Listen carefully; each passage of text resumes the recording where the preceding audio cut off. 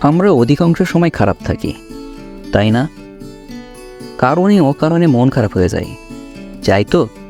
অবশ্যই যাই। আর যারা বলবে চাই না, তারা এই গ্রহের বাসিন্দা নয় বা মানুষ নয়। ইংরেজিতে একটা কথা আছে, life is not bed of roses, অর্থাৎ জীবন পুষ্পসজ্জা নয়। হ্যাঁ, আমাদের জীবন ফুলের বিছানা নয়। আপনি ফুলের বিছানায় সুখে জীবন কাটাবেন, তা কখনোই হবে না। ফুলের বিছানায় শয়ন করতে হলে আপনাকে অবশ্যই কাটার আঘাত সহ্য করতে হবে। আমরা কষ্ট পাই, দুঃখ পাই, কেন জানেন? আমরা মনে করি জীবনটা সুখের। আসলে কিন্তু জীবনটা তেমন নয়, সুখের নয়। জীবনে খারাপ সময় অবশ্যই আসবে।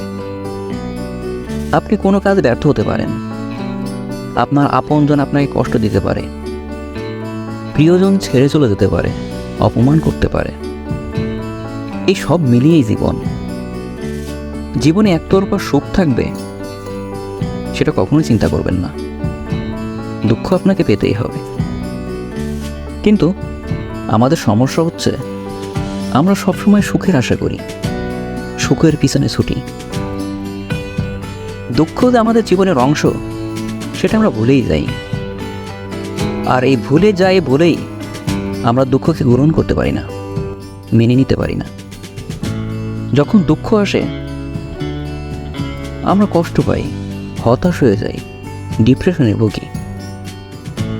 সত্যিটা কি জানেন? আমাদের জীবনে সুখের পরিমাণটা খুবই কম। একটু সুখের আশায় আমাদের নিরন্তর পথ চলা, কষ্ট সহ্য করা। ছোট একটি সুখ পেতে আমাদের বহু দুঃখ কষ্টের মধ্য দিয়ে যেতে হয়। একজন শিক্ষার্থী সারা বছর স্কুল, কোচিং, প্রাইভেট পড়ে, কষ্ট করে, যেন সে ফাইনালে একটা ভালো রেজাল্ট করতে পারে। জীবনে জয় পরাজয় থাকবে, কিন্তু আমরা কখনো পরাজয় বরণ করতে পারি না, মেনে নিতে পারি না। পরাজয় যে আমাদের জীবনেরই অংশ, পরাজয়ের মধ্য দিয়েই সফল হতে হয় সেটা আমরা ভুলেই যাই। এই জন্য যখন আমাদের পরাজয় ঘটে আমরা মেনে নিতে পারি না। দুঃখ, কষ্ট, লাঞ্ছনা, অপমান এগুলো জীবনেরই অংশ। এগুলো ছিল, থাকবে। এগুলোর সাথে নিয়েই আপনাকে এগিয়ে যেতে হবে।